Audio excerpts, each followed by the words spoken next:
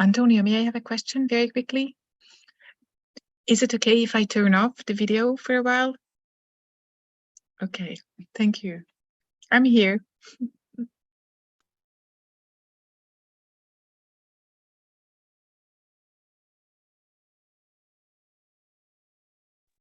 Antonio, we can't hear you.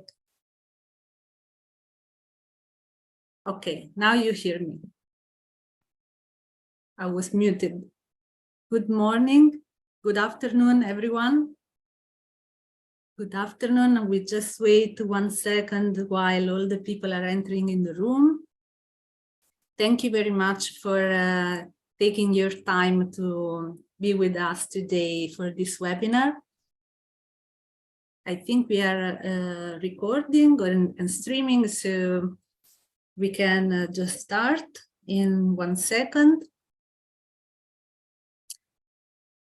Okay, so welcome to the 5th webinar of the Be.Cultour Webinar series on community-led and innovative entrepreneurship for circular cultural tourism. So I'm very glad to host today 5 speakers who are representing very interesting experiences in Europe of innovative entrepreneurship in the field of cultural heritage regeneration and cultural tourism. So looking at tourism as a way of regenerating communities, regenerating cultural heritage, engaging people and entire communities, organization into collective care, shared responsibility towards cultural heritage maintenance, conservation for the future generations, and regeneration. So also interpreting new values for the old ancient cultural heritage and recreating the communities together with places. So I'm very happy to host you today. And of course, I also invite you, if you want to know more about the project Be.Cultour, in case you don't know yet, to follow also the social media, to connect on our newsletter and all the means that we use for communicating to you all the interesting initiatives that we do in connection with many different projects, experiences all over Europe. So this is the 5th webinar. We have already done 4 of them. You see in the list, and you have all the recordings available on the Be.Cultour website and the YouTube channel. So you can look back if you have not participated so far into the previous ones, or if you want to watch again some parts, because all the webinars have been really very interesting. And today, our focus is, as said, on entrepreneurship and how communities can become entrepreneurial in some way, and how they can organize together into networks, into groups of stakeholders that can all bring value and can all collaborate and cooperate together for reaching better results. We will have also other webinars starting from September, so we take a little break during summer, and then in September we will start again with the creative tourism and the role of arts, interpretation and storytelling, which is really related also with our topics today, and we will have other ones in the next months. Today, I'm introducing the topic and especially the speakers.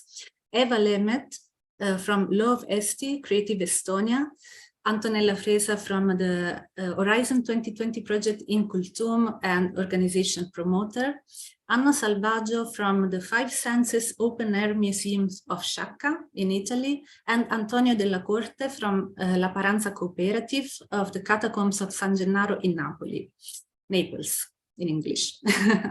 And we will have a discussion session with Hannah Shemto. Sorry, Hannah, you can tell your surname. Okay, I'm right. Thank you for for the sign. Hanna is a researcher at the Metropolitan Research Institute. She is member of the Texture Horizon 2020 project, and she has been the coordinator of another Horizon 2020 project, Open Heritage. So she's an expert also in the governance aspects related to cultural heritage, regeneration and conservation, and communities engagement. And we will discuss with Anna regarding the experiences that we are going to hear today.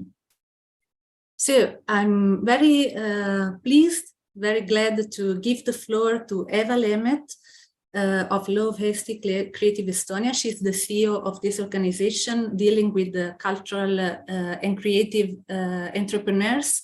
And she will tell us some experiences, very interesting experiences about how cultural and creative industries can become a driver for cultural tourism and for cultural heritage regeneration, engaging the community. So I stop sharing my screen, and Eva, the floor is yours. Thank you, Antonina.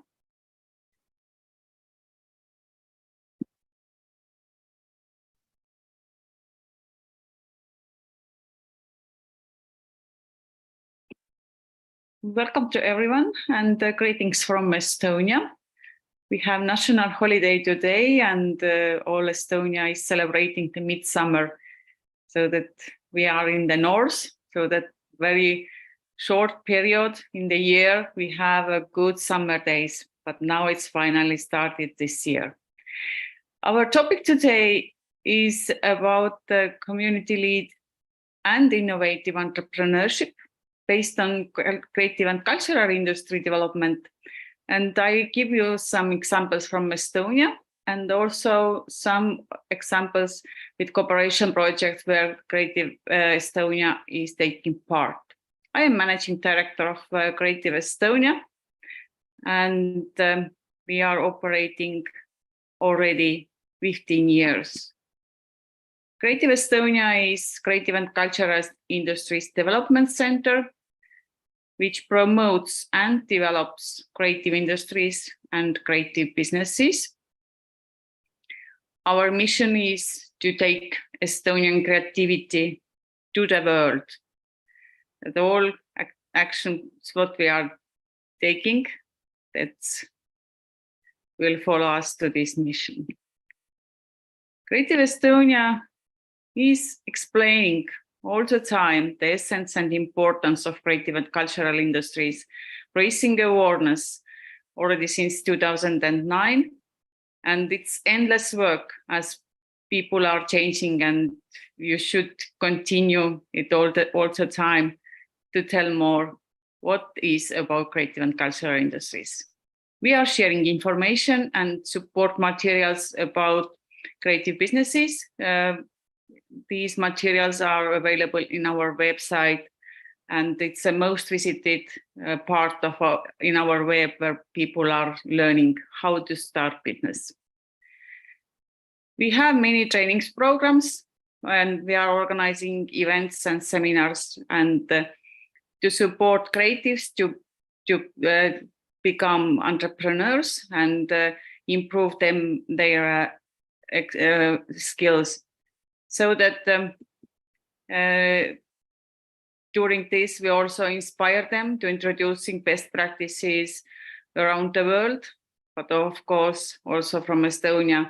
As creative persons, they take seriously more same kind of level people experiences, not some academical lectures, so that if another creatives are sharing what they have done, they will take it very seriously.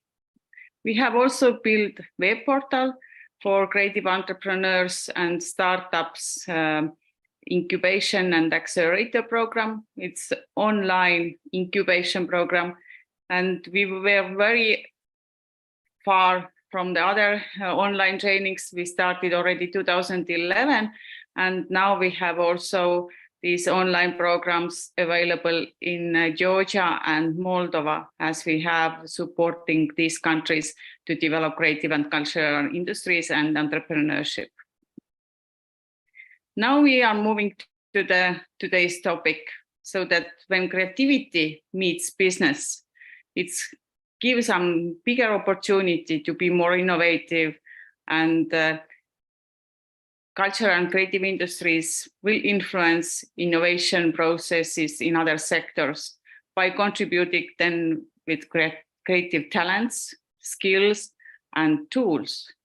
And what are the main characteristics of creative persons who are participating in the innovation processes, product or service development processes?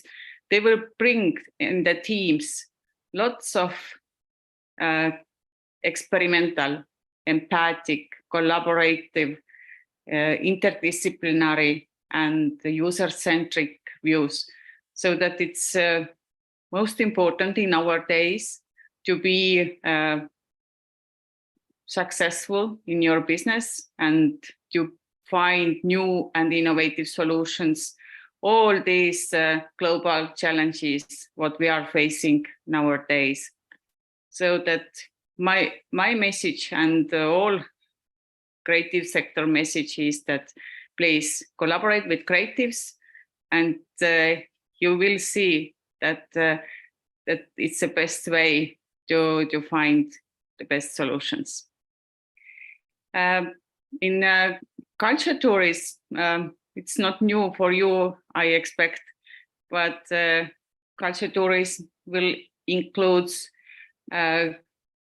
cultural heritage, arts, creative industries, and also food experiences. And all culture tourism is network-based service. There is many service providers all together working, and tourists will get the best services. Here is a link to Visit Estonia. It's a web page where you will find all best cultural and tourism site seats and services when you are having a wish to visit Estonia.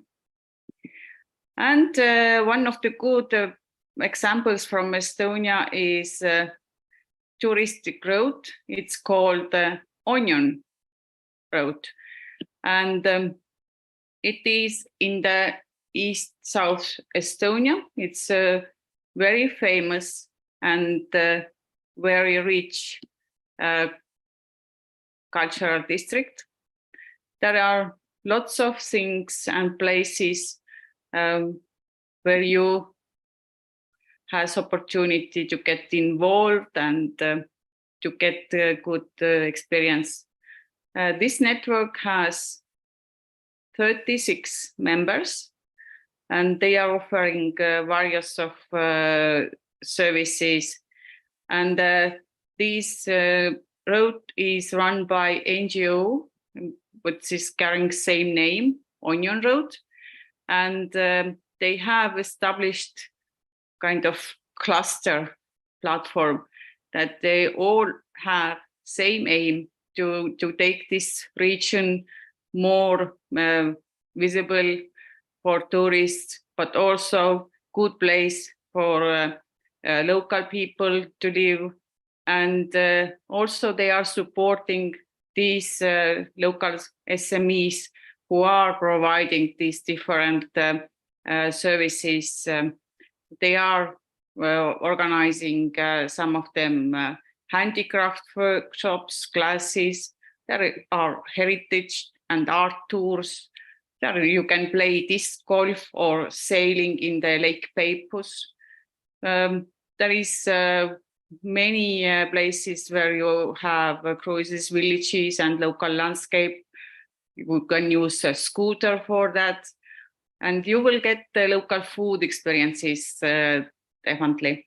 That this Onion Road NGO is operating already around 10 years, and they are taking care of the all site seats marketing, but also they taking care of the services development, they're providing mentoring and trainings to SMEs to be better in the service providing. And today I also added a map here to the slide. You see, this is Estonia. Our capital Tallinn is here in the north, but on these red dots, it's Onion Road. It's in the very close to the Russian border, actually, because the border is going this middle of the lake. But the closest biggest city is Tartu, and Tartu is next year capital of culture in Europe.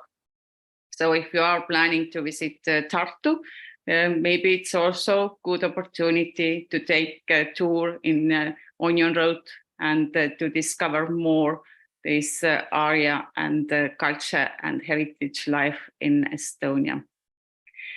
As Estonia is a very small country, we have only 1.3 million inhabitants, that our SMEs and businesses, when they are starting, since they have to be also international.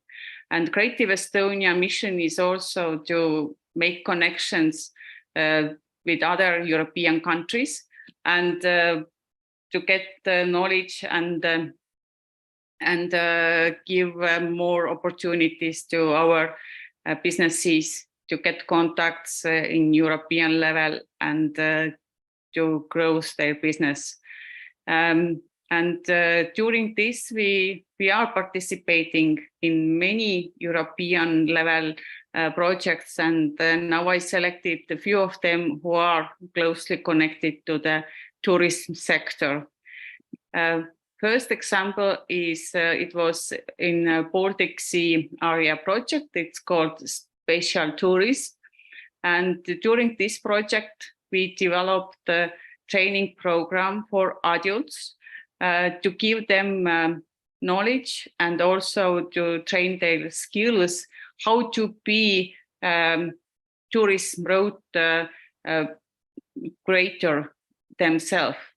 That there was trainings how to make professional photos, how to find this historical information from the internet, how to make videos and how to use these video recordings on the tourism route presentations, and also how to market your tourism route if you have done it. And it was also main to use in local communities, that they all together, if they have living close some historical heritage or some cultural heritage places, so that they want to promote it, that they can take a lead and to start development of the tourism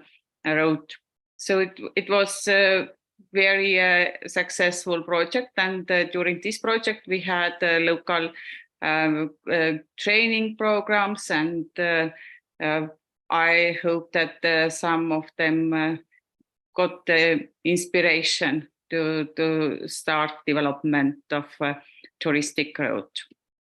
Another project, it's right now ongoing. It's about Off the Beaten Track, and the name meaning is that during this Corona time, the most struggling target group was women and in tourism and creative and cultural industries, that many of them lost a job. So that how to get them to the track again, we are established a project. It's led by Matera Hub from Italy, and it's funded by Erasmus Plus program. And we have partners from Spain, Slovakia, Italy, and Estonia. And now we have are in the phase where we have run local target group workshops, and we are preparing the online webinars for them as you do on this project. And in the autumn, they will have connecting networking event also in Matera. During this program, we will give them opportunity to share information, to meet other same target group ladies around the partner countries, and also soft skills improvement. And the main challenge is to find solutions how to use creative and cultural industries to build some new touristic services.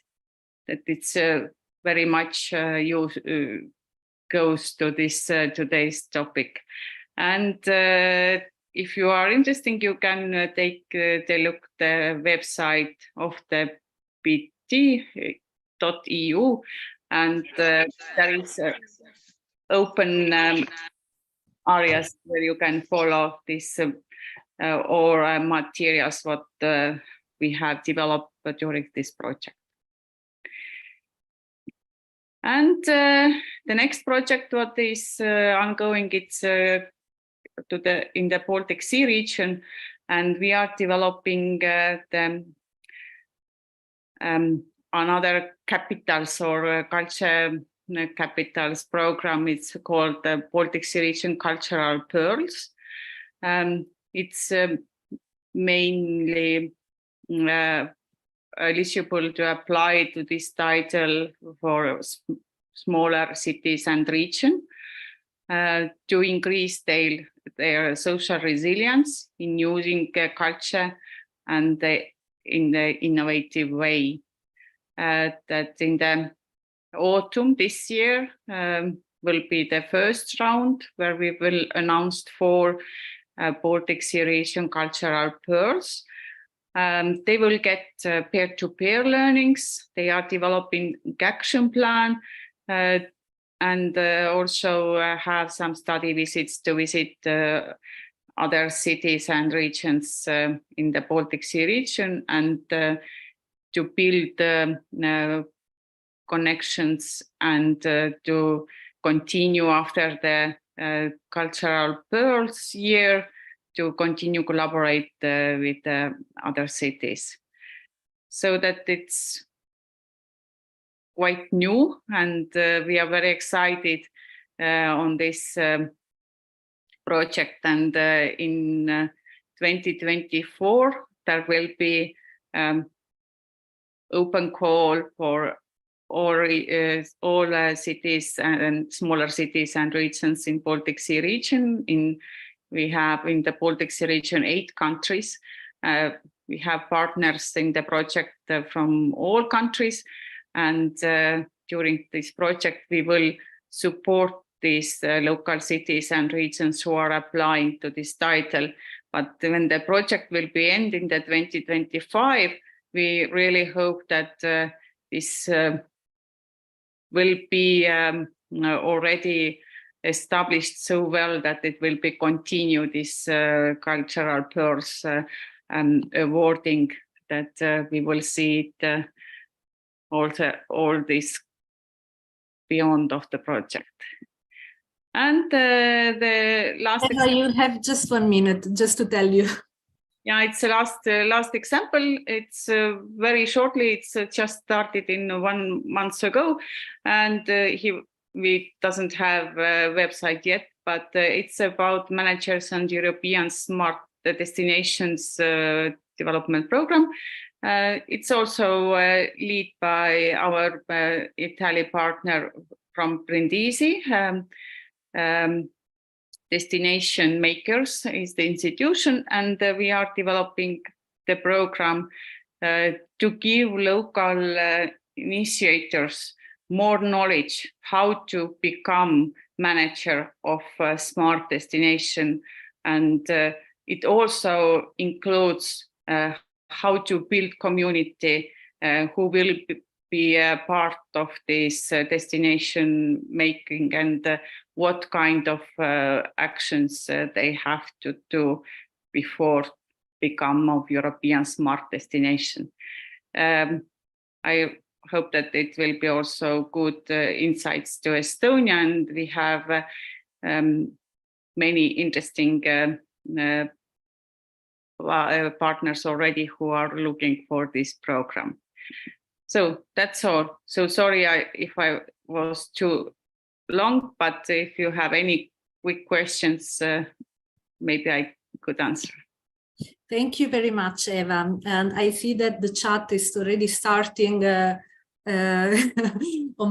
be on fire with many comments. So I just tell you all that we will collect all the comments and questions, and perhaps we have all the answers in the discussion session, so that now we have all the presentations first.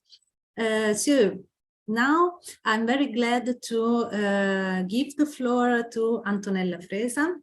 So thank you, Eva, and we will come back to you after.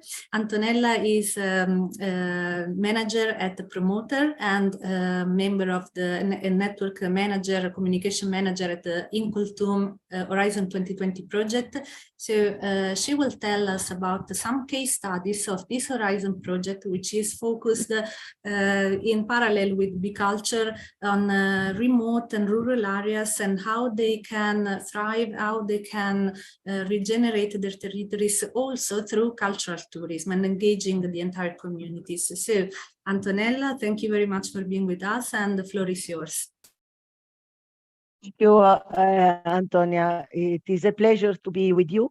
And it comes to my mind that the first time we met was in the occasion of the final conference of Ruritage, where we discovered with your representatives that we were sharing the same keywords. So it is a continuation of an exchange, a dialogue that has already started times ago. I will tell you a few words about what is Be.Cultour, and then I will focus on 2 out of the 10 pilots of Be.Cultour to give you a sense, a hands-on sense of what we are doing. Be.Cultour is an Horizon 2020 project, as already said.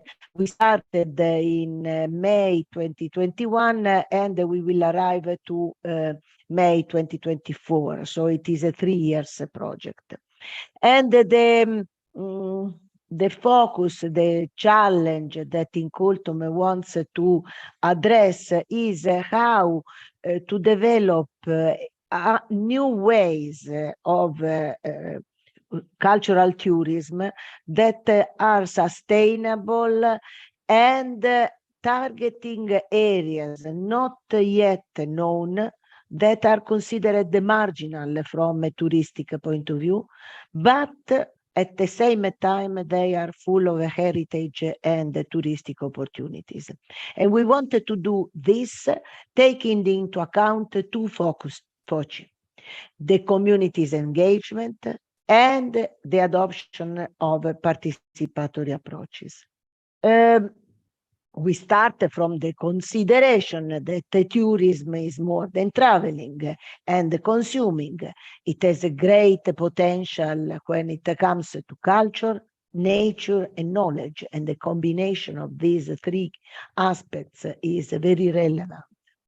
It is a way to learn and to improve ourselves through personal experiences.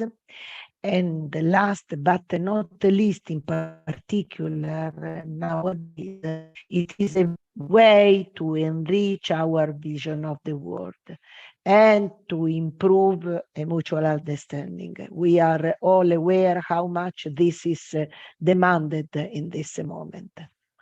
But even if it has all of these positive potential, there are negative effects. A negative impact in terms of touristification, gentrification, insecurity of employment, social tensions with the residents, reduction of the quality of visitors' experience. And this is something that we are experiencing all over Europe. I come from Tuscany, and it is a daily experience. As a resident, to be submerged by the impact of the visitors, and for the visitors to have not authentic experiences. And how do we want to address these points? Adopting participatory and collaborative approaches, transforming local communities into protagonists, and engaging with the stakeholders as dynamic agents of transformation. And when I say stakeholder, I mean associations, economic businesses, cultural institutions, educational sectors. So the plus naturally policymakers and the local administrators. So stakeholders are a variegated, very wide and differentiated group of actors. We look for local communities. So we want the local communities to express themselves, to organize themselves, to have a voice, not only as individuals, but also as aggregation of people. Naturally, stakeholders and the policymakers, because the local communities alone do not arrive to attract visitors and to trigger a real transformation. The project involves 15 partners, and they include academia, municipalities, associations, and SMEs. So it is a wide range of different partners. We are working on 3 main pillars: data gathering and analysis, because we need the data to substantiate our hypothesis of work; participatory models and policies, so to create models that are replicable and developed in different contexts; and the mapping of stakeholders that will enable a real impact assessment, where we have to map from the demand side those who manage cultural tourism, and for the supply side, the local economies and the social life. Plus, horizontally, a strong communication that uses online mechanisms, but not only. We also decided to have physical encounters with the local communities. So we are traveling from one pilot to the other to get a real appreciation of who are these local communities. There are 10 pilots. As you see, the list is long, and I'm going to focus on the pilot that is developed on the Altiplano de Granada, and the pilot that is developed in the mining area of the central Slovakia. The Altiplano de Granada, here you have a picture, is a flat land on the side of Granada. Granada is known all over the world, but the rest of the province, that is in the southeast of Spain, is a semi-arid area with poor soil and extreme climate due to its altitude. It arrives close to 1,000 meters. Continental influence and the presence of surrounding mountains. Last but not least, the Sierra Nevada, that is a border to the ocean. And the landscape is marked by badlands, where historical relationships have developed between humans and the environment.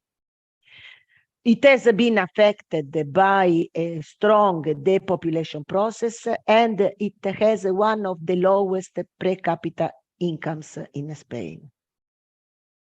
So in this context, how to develop a cultural heritage. Well, we are looking at valuing historical irrigation systems. They have been developed from the Middle Ages and in particular during the Islamic period. They are still in use, managed by local farmers, by communities of local farmers. And it has recently, the region has recently, the area is not, the whole region is Andalusia, has presented a proposal for a geopark that is currently under evaluation by UNESCO. There is a danger in this area that is threatened by abandonment and agricultural intensification. So on one side, the traditional inhabitants are abandoning the territory, and the intense agricultural exploitation is taking place, pulling water out of the soil, deep, in the deepest, with the deepest wells. And this is creating tensions and contradictions in the area that are not favoring the cultural tourism. Which is our proposition? To convert existing pathways into irrigation channels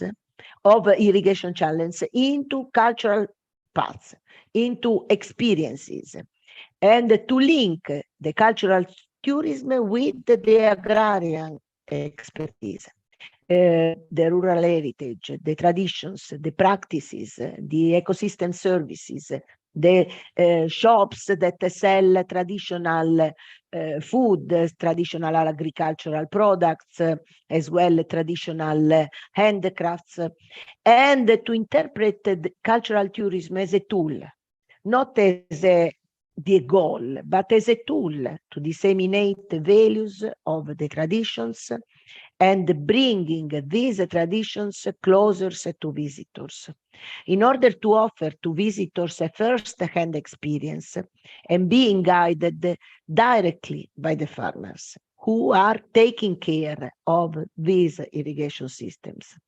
This is going to happen through a participatory approach, where special service agreements are establishing between the communities, so they need to organize themselves to be acknowledged by policymakers, by public administrations. Because if the public administration wants to develop this territory, it has to do investment, but instead of investing on external expertise, to invest directly with the local expertise of the local farmers. The second example, the second case that I want to bring is that of the mines in central Slovakia. Here the approach is different, problems with some similarities, but a different approach. The place is the historic town of Banská Bystrica, that from 1993 is enlisted in the UNESCO World Heritage List, and it is one important example of a mine settlement developed since the Middle Ages. Together with the city of Banská Bystrica, that is the cultural and economic center of central Slovakia. One of the major cities of Slovakia, currently forgotten at the moment, is Bratislava, Slovakia. And it is hard to find people, visitors who know about Banská Bystrica. But these copper mining cities have been very important for the cultural and economic development of the country. Since the late Middle Ages, when the Fugger and the Turzo families founded their richest network of mining, establishing an early capitalist company for the time. And there is a European funded route, the Fugger route that goes through the European places where the Fugger and Turso families had established their mines. So the cultural heritage is the cultural and technical heritage that is related with the mining history of the place. And the danger is that even if the Banska Bystrica region plays an important role, tries to play an important role,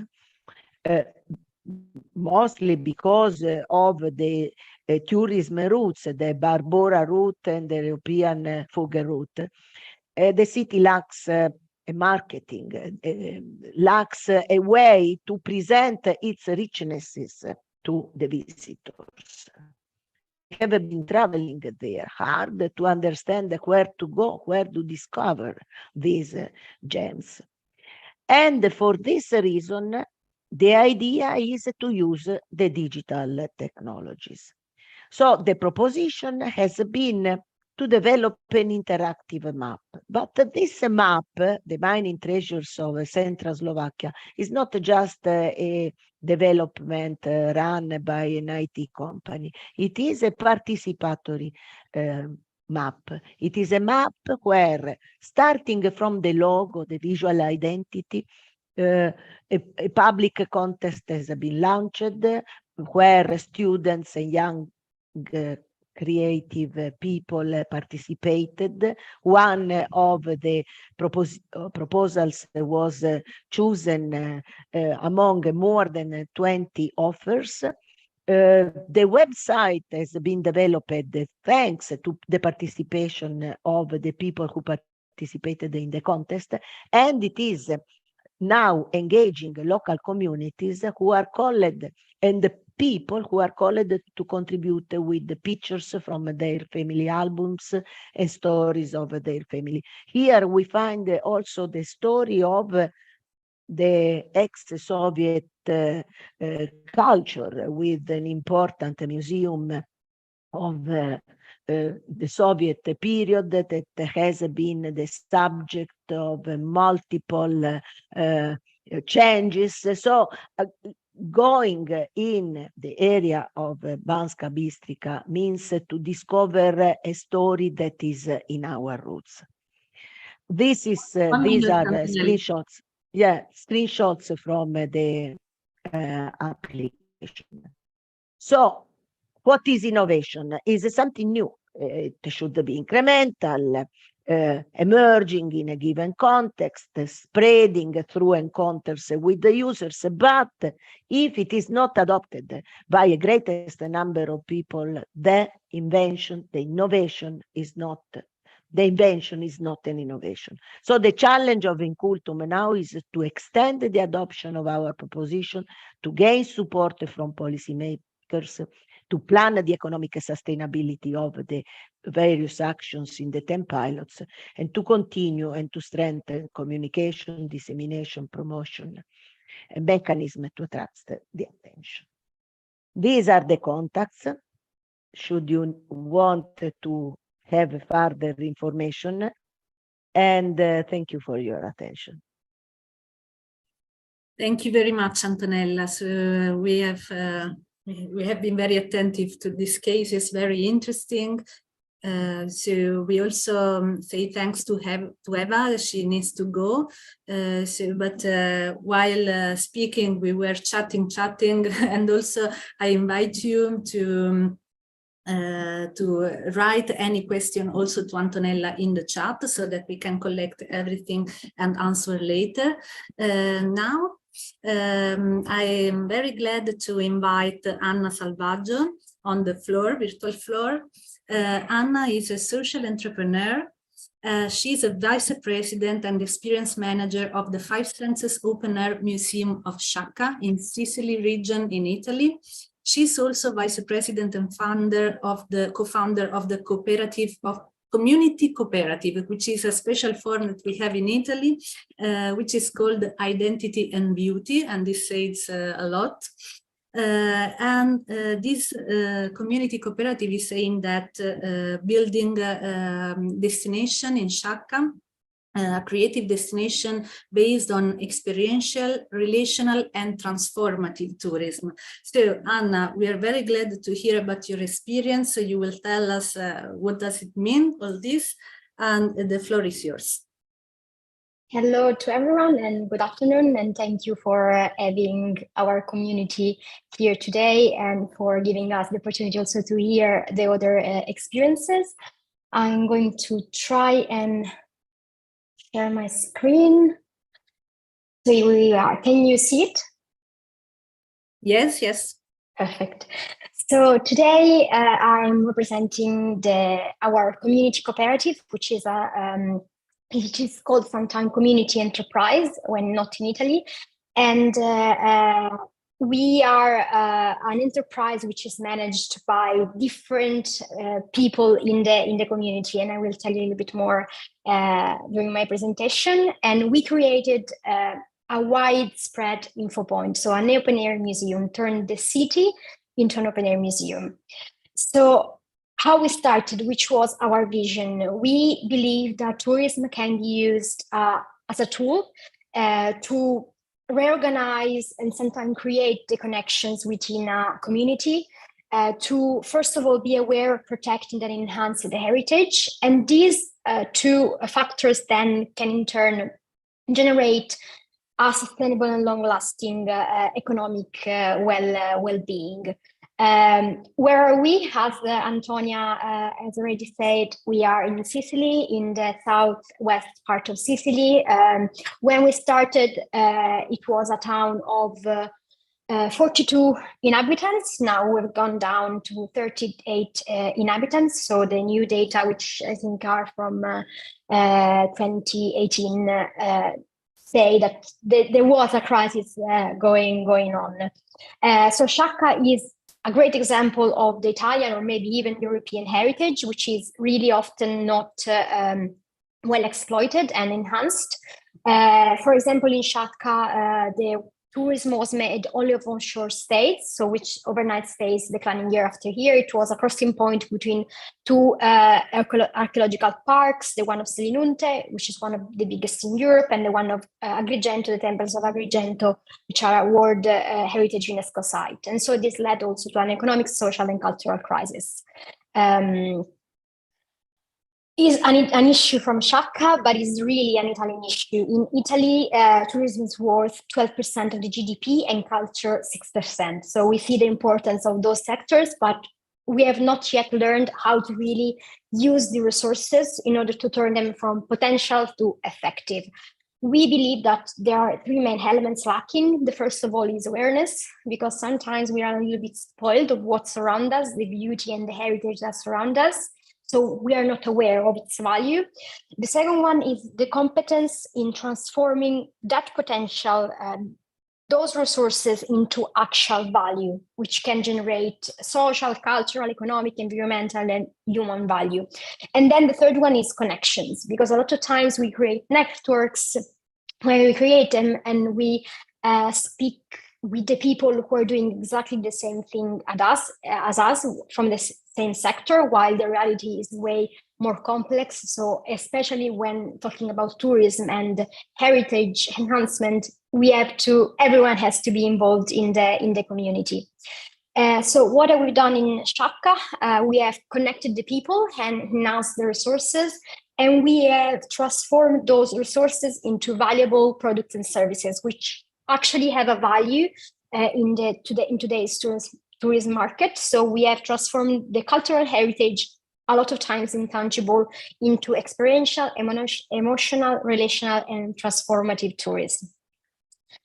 So from the deep south of Italy, we have put together all the elements that make up tourism. So human relations, emotions, originality, always new and relevant content, and not single services, but a destination, a place where you are welcomed and where you live well. And we have created the 5 Senses Open Air Museum, which is managed by who? It is managed by a community which is connected, aware, and competent. So who is involved in our project? We are a social enterprise, a special kind of social enterprise, which is community enterprise, so called community cooperative. And we are 135 associates right now, of which there are 116 local businesses. We also have memorandum of understandings with cultural association. There are experiential artisans, B&Bs, more than 27 B&Bs, restaurants, museums. So a lot of people are involved in this project. As we are an open air museum and the museum is widespread, the info points are as well widespread. And what does it mean? It means that merchants who maybe were already giving information were actually trained to give a widespread quality of welcoming. And so how is this managed? Through this bottom-up governance model. So who is involved here? You can have the overview. So you have the institutions on the outskirts and the associations, and then all the different kinds of entities, public and private, who are involved through a community agreement. So starting from the title and from the focus of this webinar, we thought that what could be really interesting was how the engagement of the community in the collective care can have real and tangible impacts for the communities. For us in Sciacca, for what we have done, it had for sure social impacts, because people started to cooperate between one another. For example, accommodation used to see each other just as competitors, and now they actually cooperate. We welcomed a group of smart workers in May, and one of the accommodation owners couldn't do the check-in, and so the other one did the check-in for him. So meaning that when people are put together and they understand and realize that they're working towards the same aim, it's easier to cooperate. We have regenerated a road with the pottery, with a lot of people from the neighborhood were involved. And this was, and also this ability was turned into a different point of view, which was enriching for everyone. And this is regarding the social perspective. Then regarding a cultural perspective, as the other speaker, Antonella, was pointing out about also the heritage that there is below our feet, sometimes in the cities. And as well, I know that the Cooperativa La Paranza will talk about how the heritage below our feet can be enhanced. Here you have three examples. The first one is a B&B, which was opened in one of the caves that during the Middle Age was used for grains. And this is part of a B&B. The second example on the right is a cave, which is inside a mountain, which is the Mount Cronio, where there is this, this mountain is not compact, but it has inside a set of galleries, caves, and holes. And inside this mountain, there is a breath from the earth. What it is not vapor, which goes from 37 to 42 degrees, and it is with 100% humidity. So it's a site which is unique in the world, which was closed 7 years ago because it was part of the thermal spa company. But in August 2021, we reopened it with our network, with the 5 Senses Open Air Museum, and with openings managed only by volunteers. For most of the year, it is open 2 days a week for 2 hours. We welcomed more than 13,000 visitors. And the thing that makes us more proud is the fact that although there are comments, a lot of comments about the unicity of the place, the most important thing for us is that the majority of comments are about the passion and the love that the custodians of the common good, how we, of the shared heritage, how we consider them, for the passion that they have in telling the story of that place. And so this is a process of becoming aware of, first of all, of the value of those caves, then becoming competent in telling their story, and then, of course, in connecting with the tourists or the other citizens that come and visit it. The last example, the one at the bottom, is another cave where grains were kept during the Middle Age, which was reopened and is now used both for events, for sometimes also receptions, and for music events. And of course, these impacts also arrive to the economic impact. The pictures that you're seeing here are from an offsite of a completely remote company who decided to spend 1 week working in Sciacca, living with us, and everything was widespread. So it wasn't just one hotel, but it was 10 accommodations involved, and then each meal was in a different location. They did their meetings in an old monastery. They had experiences, and so these actually produced an impact in our territory of more than 4,000 euros just for one week event. And also the experiences and the intangible cultural heritage, which is turned into experiential tourism, it also generates, of course, revenue for the people who are involved. And these helps not only preserving that intangible heritage, but also giving it economic sustainability, meaning that this heritage will not be lost, but it will continue generation by generation. So this is an overview of our project, and here you have our details, and thank you so much for this opportunity. Thank you very much, Anna. As always, this is a very, very interesting experience. And I'm also glad to say that you have won a prize of the European Cultural Tourism Network last year. And Sciacca is one of the members of the Be.Cultour community as well. So we are very glad to host this, what we consider a best practice, as well as the other cases today. Really, really interesting. And I also appreciate very much the point on revenues and economic impact, because this really helps to generate new jobs, to maintain these experiences over time, and to make the entire communities more entrepreneurial, which is the topic of today's discussion. And this links a lot with the experience of the catacombs of San Gennaro, which is another really best practice which has received different prizes at European level so far. Which is located in Napoli. And I'm very glad to invite Antonio Della Corte to take the floor. Antonio is a cultural heritage manager and one of the key guides of the catacombs of San Gennaro. So he will tell us about this experience, which is running since many years in Napoli, and which is enlarging more and more, taking more and more people together, and also starting some spin-off in the city, as well as I know. So Antonio, very glad to meet you, to host you today. The floor is yours. Okay, welcome, and thank you everyone for having this opportunity.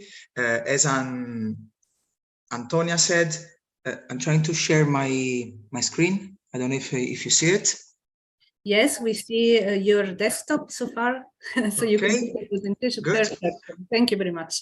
Okay, so I'm here, representing the catacombs of San Gennaro, also the cooperative that is called La Paranza, but an entire community that is actually our neighborhood, our district. What I'm trying to tell you in these few minutes is the story of a group of people that started a long time ago, more or less 20 years ago, in one of the most famous districts of the city. Also one of the district that was not known for its beauty, for its culture, for its cultural heritage, but only for bad news. If you look at this picture, you can have an idea. The district is under the bridge that is actually passing over this area. We are not far from the old town of Napoli. We are like 700 meters outside the old town. And for this reason, the area had been used over the centuries, particularly at the really beginning of the story of Napoli, as a burial place. You probably know that the Greek and the Roman law forbade having burials within the city. And so the valley north of the old town, that is nowadays our district, became the burial place. That's why, as Anna said before, our treasure is mainly under the ground. There are several catacombs. One of them is the catacomb of San Gennaro, that's quite famous. But our story started from the catacomb that's under the church. You can see in the center of this picture. You can see this beautiful dome, green and yellow. There is a beautiful church that's under the bridge nowadays that was built in the 17th century above an old catacomb dedicated to a North African bishop. Actually, our neighborhood, that is then plenty of history and plenty of art, leaves the conditions, that sometimes you have at the outskirts of the city, like in a suburb. Not a huge area. I told you it's a valley. You can read the data. 2 square kilometers area. We have about 16,000 inhabitants per square kilometer. So we have like 30 to 34,000 inhabitants in 2 square kilometers area. There is a very high rate of school dropouts. Also, we have problems with the unemployment, 65% of youth unemployment. So you can understand that one under 40 years old guy on 3 does not work. Also, there's a lack of green areas and social services. So we can tell we are talking about an area that was completely neglected and abandoned also by the institutions. Returning to the first slide, this bridge that passes on the neighborhood, we can tell completely changed the history of this place. It was built 2,000 years ago, and due to the bridge, the valley was completely isolated, producing the data I showed you in this slide. But something important in our lives happened in 2001 when Father Antonio Loffredo was ordained to be priest of the beautiful church you see in the picture. And we were about teenagers. I was like 16 years old. And when he became priest in the area, started with him, we wanted to discover, in a certain sense, the beauty of our district, the importance of our cultural heritage, but at the same time, we did not feel comfortable sitting in the benches of the church to listen to him. Some of us did not want to go to school. Some of us were not planning to go to university. So the priest had a brilliant idea to teach us. He invited us to travel with him around Europe. So we had the chance to visit some European capitals. Now I have the awareness of that choice, because visiting other cities, returning home, we had, the sense, we could understand the importance of the heritage we had under our feet. So the beautiful church, but also the catacombs of San Gaudioso. And I can tell you that in this way, following him, we started learning about the place. Many of us started to think how to improve themselves, continuing the school studies, planning the university afterwards. And in 2006, La Paranza, so our cooperative was formed. So we started training in the catacombs of San Gaudioso. The goal was to restore the place, to tell the visitors about the beauty of that place, even if the visitors were few visitors a year. They were generally and mainly friends of the priest and friends of the friends.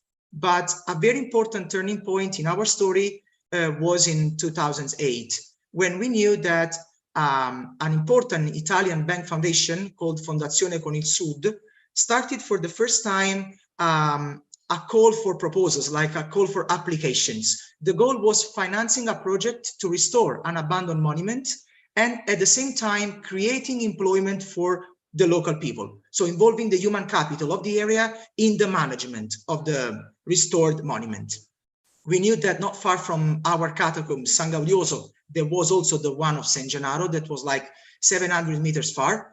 And so we presented our project. The goal was restoring both catacombs and through the catacombs attracting visitors to the neighborhood. So first of all, we wanted to create a kind of economic impact to the tourism to show the people that it was possible living legally in the district where, the criminality get the control over the centuries. We won that call. We were awarded an important amount of money that was like 400,000 euros. And then we had to co-finance that amount. So with the help of other donors and private sponsors, we doubled that amount. So we could co-finance that amount and the help of Fondazione Con il Sud. And then we asked the owner of the catacombs in Italy, that is the Vatican, to manage both catacombs. So they agreed. So we started restoring the places. At the same time, we started investing, in our future, studying, improving ourselves, studying at university. For the first time, we could have, a salary. We were volunteers until the day before. Over the years, lots of things changed, because we started following these 3 guidelines that are, as we said, the enhancement of the cultural heritage, talent nurture, because we started investing on the people of the area. One of the most important bets we can tell the priest won was giving the young people of the district the opportunity to be involved. So he decided not to work with already prepared guides, formed guides, shaped people in a certain sense, this project. And through the cultural heritage and through the care of the catacombs, we understood that we could also take care of people, investing in their dreams. And then we started involving the community. You can read involvement and participation, because the community has a key role in our project. The catacombs became a very important attraction, but we cannot walk alone. Think that over the last 15 years, other friends of us who had other dreams, other skills, also pushed by the priest, could nurture their talents. How? A symphony orchestra was formed, a theater was established into an abandoned church. We were able to recover the canon houses belonging to the churches, that are about 20 churches in the district, and so they became youth centers. We're giving the children the opportunity to be after school, having after school activities, laboratories, and also keeping them away from the streets. Also, we had the chance to give birth to a record studio, to a publishing house. So over the years, we were able to recover once abandoned places, and giving the people the opportunity to feel comfortable, to be proud of being born in this district. In 2014, another important fact happened. Local community foundation was formed. I heard Anna told about a community cooperative. We are actually a foundation that works in the neighborhood, that involves the local energies, but also involves other foundations and sometimes profit institutions from other parts of Italy. We decided to give the foundation the name of San Gennaro in order to be blessed by the patron saint of the city, which is the mission of the foundation, is not only providing stability to the already existing projects, but also fostering the birth of new ones, pushing the creativity of the young people of this area.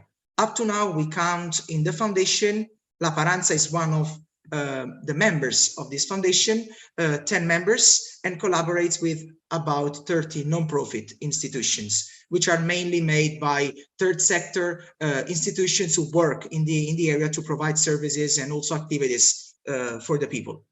About the catacombs, so returning to the catacombs, I told you that the catacombs became a very important attraction for the neighborhood. And so you can see how the things changed. The annual visitors, when we started in 2009 officially, were 5,000 more or less. Last year, we counted about 207,000 visitors in the year 2022. We were 5 of us volunteers when we started. We employ about 50 people, but I can share with you another statistic. We are training 15 more guides. So by the end of this year, we're going to be over 60 people employed, and the average age is 34. That is an important result. We're a very young cooperative that gives chance to the young people to be involved in the project, and also give chance to them to be in their neighborhood, to work in their city and in the places where they grew up sometimes. Also, the economic impact in Naples is in 2018. It's something interesting. So our activities produced about 32 million euros as an economic impact. This is included in a study done by 2 universities of Napoli, the University Vanvitelli, the Department of Social Studies, and the University Federico II, the Department of Economy. They studied the year 2019. They made researches on our visitors, on the results of our ticketing system. We counted in that year about 130,000 visitors. And so this is the economic impact, 130,000 visitors produce in the life of the city and in the neighborhood. And this is also another important data.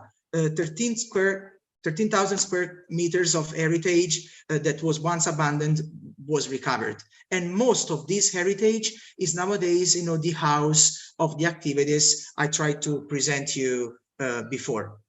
As Antonia told you at the beginning, last year we were awarded of a very important prize by the EU and Europa Nostra, that is the Cultural Heritage Award. And the category in that award was Cultural Heritage Champions.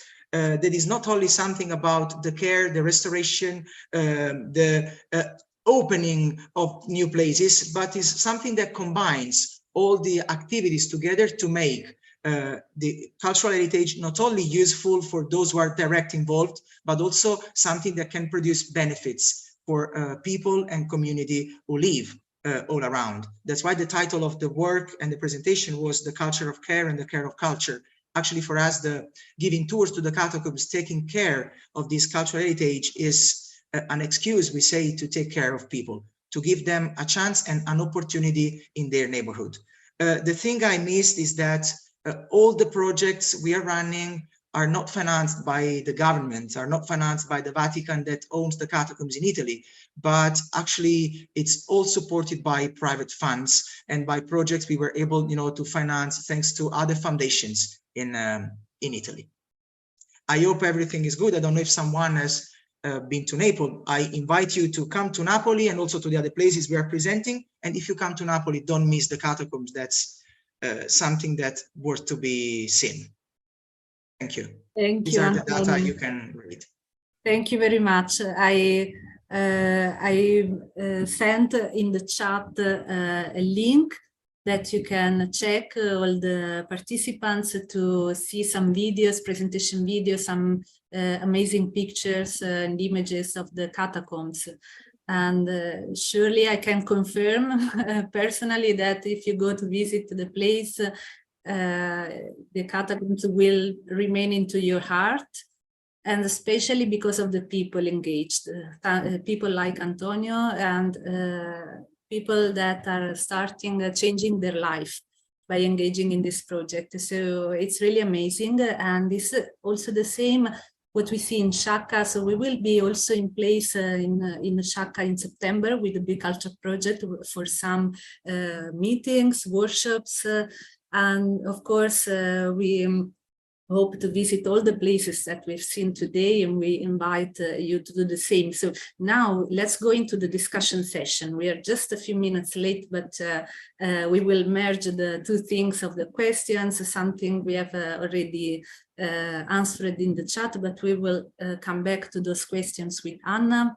So Anna Shemzo, sorry, that again you will tell it, is a researcher at the Metropolitan Research Institute. I already introduced you, so just to not waste time, I give the floor to you, Anna, for your comments and reflections and sharing ideas on these topics today. Thank you so much, Antonia. Actually, I was a bit concerned because I needed to move. I needed to move between my rooms because of internet correction. So right now I'm sitting in the kitchen and the washing machine was super loud behind me, and I was actually almost praying to make sure that it finishes. But you don't hear that. No yeah, problem. I think we got lucky.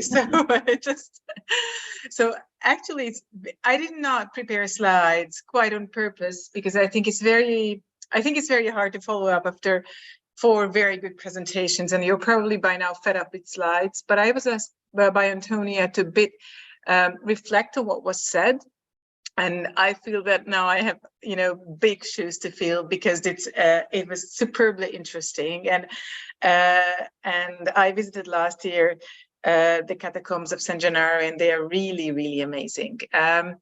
So just very briefly, a few comments, and I definitely want to open up this session for discussion, is that, as Antonia said, I actually coordinated a big Horizon 2020 project, Open Heritage, that focused really on bottom-up driven heritage governance. And now I'm part of Textur, which focuses on sustainable tourism. And my job was particularly in the project. I contribute to bits and pieces everywhere, but really it was about stakeholder engagement in the phases of local community building.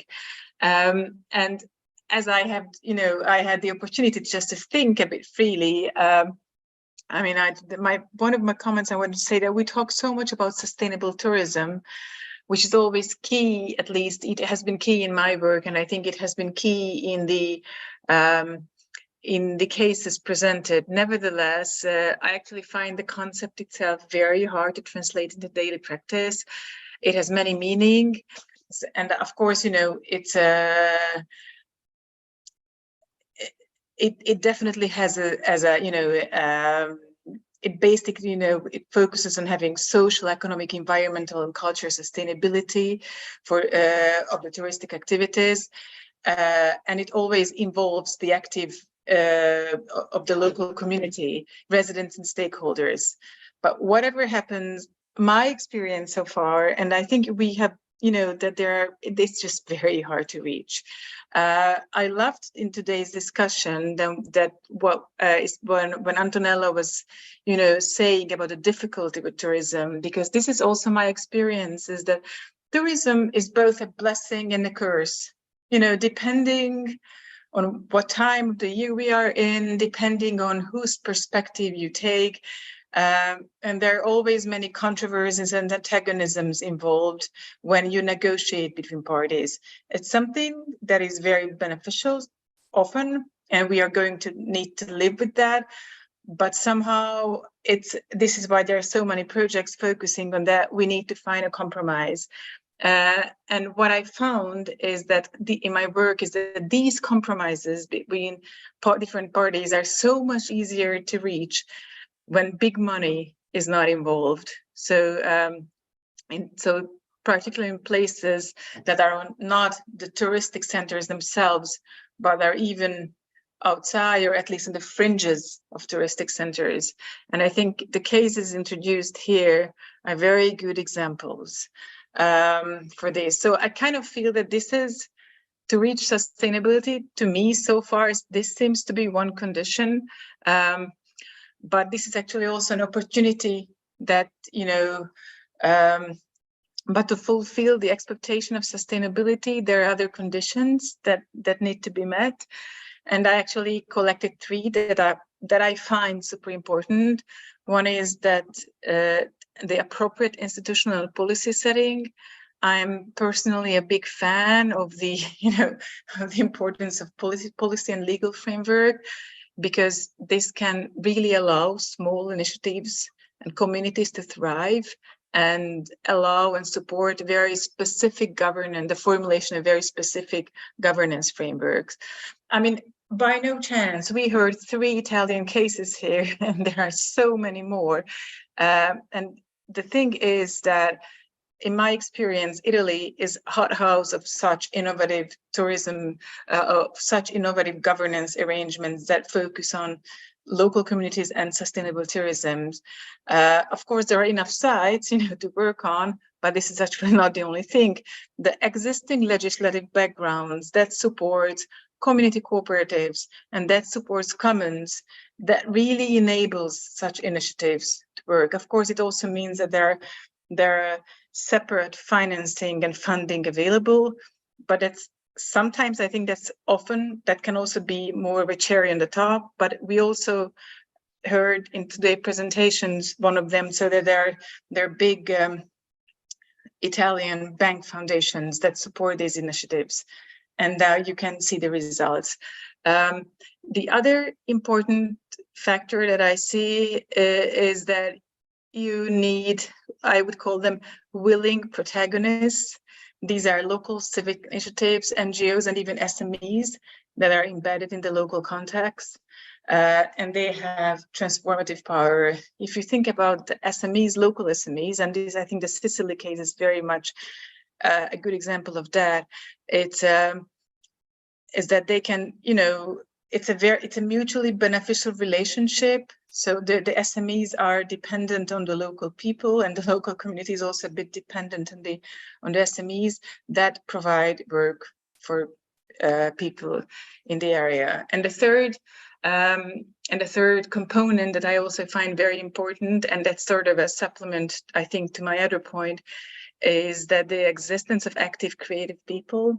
This probably goes back to the Estonian case that we heard, because often SME owners and arts and crafts people, they tend to use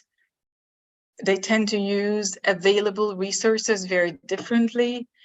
Just an example, they treat dilapidating space with respect. They make necessary repairs, but often preserve the visible signs of time and the former uses.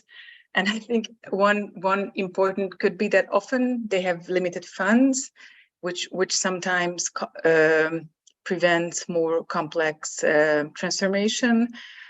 Let me just finish on a personal note. That I just finished submitting an article that I wrote with a colleague comparing two currently gentrifying neighborhoods in Budapest and Warsaw. And actually, we really concluded that the presence of these very specific NGOs and creative people are the key to somewhat a slower transformation, that you might not evade gentrification, but you slow it down and allow the current residents to participate in it. This is, I think, basically what I really wanted to say. I don't know whether there are questions, but I wanted to go back to the pilots who are still here, asking, I mean, this is actually my experience that tourism, what I was trying to say, it's an ambivalent phenomenon. So I was wondering, I mean, Antonella also mentioned that how do you see the effect of tourism in the cases that you presented? Yes, thank you very much, Anna, for all the reflections and also for the questions which I put again to the speakers. So we have still with us Anna, Antonella, and Antonio. So if you want to, yes, Antonella, I see your hand. Yes, I would like to point out that in the choice of the cases of Incultum, we landed in uncultivated destinations that are just on the side of hyper exploited destinations. This happens with the Altiplano de Granada, with the Campina de Faro on the inland of Algarve, with the mounts of Trapani, that is the inland of Sicily. I talked about the central Slovakia, but the same is for archipelagos places in Sweden, where they have extremely crowded islands and almost isolated destinations just on the side of the crowd. So it is really a question of entering into what is happening in this territory. What is happening in terms of touristic development, and the fact that in Italy things work is maybe optimistic. In particular, in this moment, the touristic development at the country level is suffering of lacking destinations that are not the crowdy and fashion destination. And this is a problem that Europe should address, because the beauty of Europe is to have multiple spread opportunities of a cultural tourism. We don't have only one important museum. We have museums everywhere. So this is something where really participatory mechanisms can make emerging experiences of tourism that otherwise are forgotten. Thank you, Antonella. So, of course, so I'm also coming from Italy, so we can discuss a lot about this, if it's good or bad, but for sure, we have also some innovative experiences as those that we have seen today. And this can bring some new models, not only in Italy, of course, so also the other experiences that we have seen, Creative Estonia, the one in Slovakia, in Granada, so dealing with the entire cultural landscape. So it's really, really interesting. And I also go back to one question that we have in the chat. What is circular here about? How do we see circularity here? So I see it specifically also in the case of Granada, because this matter of water management and landscape management and regeneration of the soil, of natural resources, together with the entire community, what in the past was done by the farmers, by local farmers, and today it's very difficult to reach again this kind of collective organization and management of the landscape, also because of economic factors.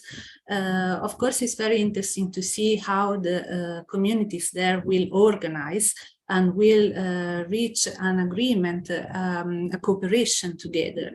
This has been reached in terms of cultural tourism in Sciacca, in Napoli with the catacombs, and we see how many different organizations, people are involved, and in so few years. So it's 3-4 years that the community cooperative in Sciacca is running, if I'm not mistaken. And also it's a few years, relatively few years in Napoli, but we see that today we have a cooperative with 60 people involved working for that. So it's really huge if we see how it started all. So I see this circularity in terms of territorial, urban and rural circular economy, also engaging the human capital, new skills, new capacities of the people, and people who are engaged into a work which is not only work, it's a mission of life, let's say. So I don't know if the other speakers, Anna and Antonio, you want to add something more just in this couple of minutes that we have?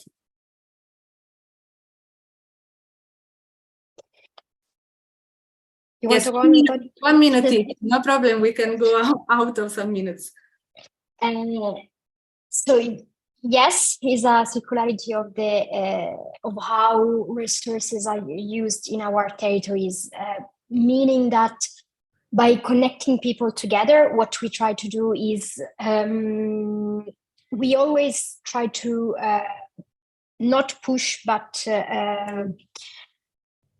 to get the associates of the cooperative to get to know each other and what they produce and what they sell in order to shop locally in one sense. For example, one of our associates opened an experiential meal where they grain only Sicilian ancient grains. So, and they have started to sell their flours, their pastas to the restaurants of the network. Meaning that those pizzerias, those restaurants won't buy the pasta from far away, but they will use flour milled from ancient Sicilian grains, which are also more healthy than the one maybe grown in more extensive crops. And this also in turns as a circularity because there is an appreciation for those products, and then people go back to the meal, the customers of the restaurants go back to the meal, do an experience with the miller, do their own pasta, their own biscuits, and buy the flour. And this really closes the circle in one sense. And another example is, for example, in the accommodations. We know that sustainability is a huge word and is easy to say but difficult to implement because it encompasses so many aspects. But we are taking one small steps in accommodation, which is replacing the disposable soaps with soap dispensers. And those soap dispensers are done by local artisans. And so there are a lot of impacts. First of all is, of course, the disposable soaps are not used once and then thrown away, both the soap and the packaging. And then the local artisans work and they have a way also of spreading the beauty that they make. And the customers who actually, there is a saving in, of course, in the spendings for soaps, for accommodations.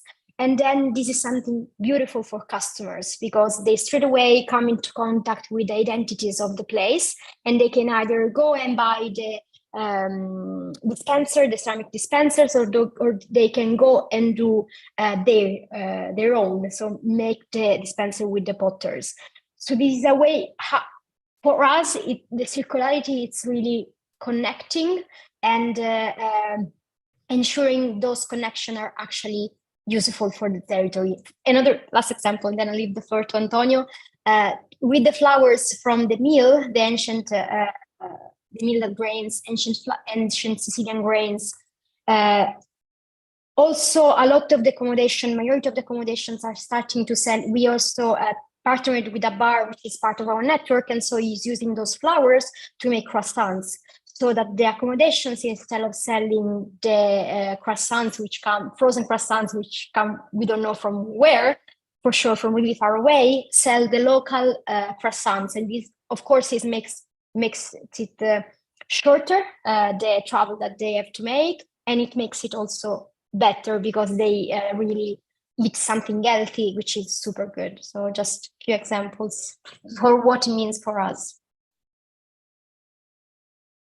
I actually was reading the comments in the chat, and when I read what Antonia said, actually what we do is involving the community. We decided not to go away. We decided to stay. We decided to stay home.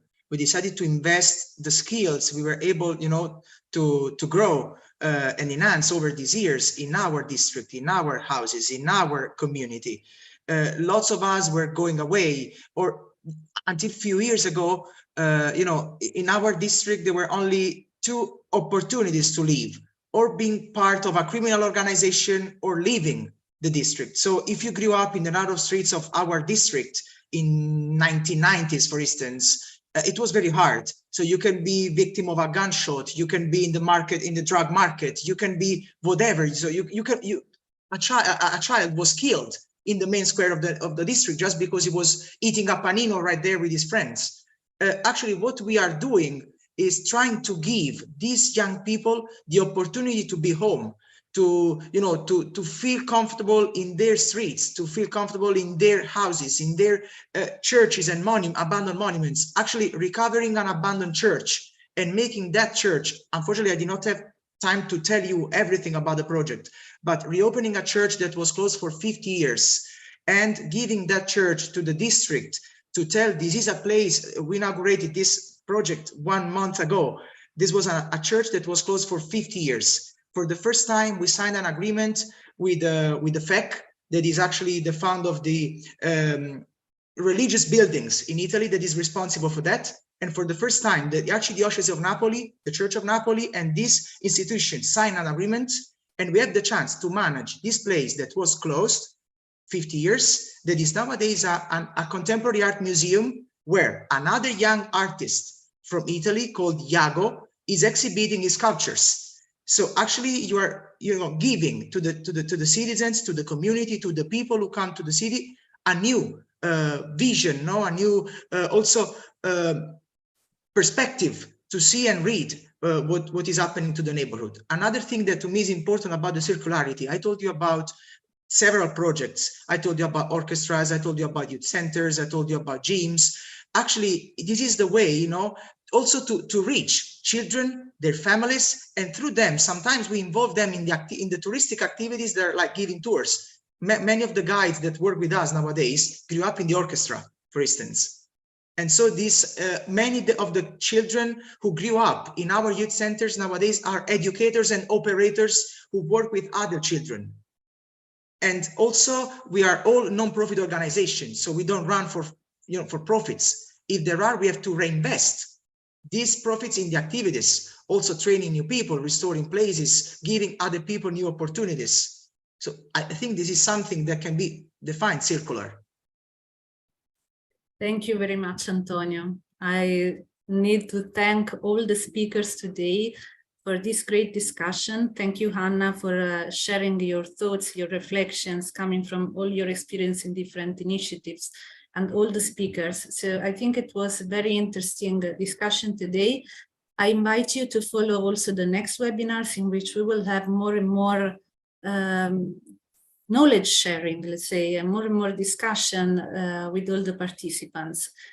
So again, thanks a lot. And we need to close now because we are running a few minutes after time. Thank you all for being with us today, and see you in September. Have a good summer. Have good work these last few days before summer, and thank you and see you. Bye. Bye. Thank you. Thank you. Ciao. Thank you. Bye.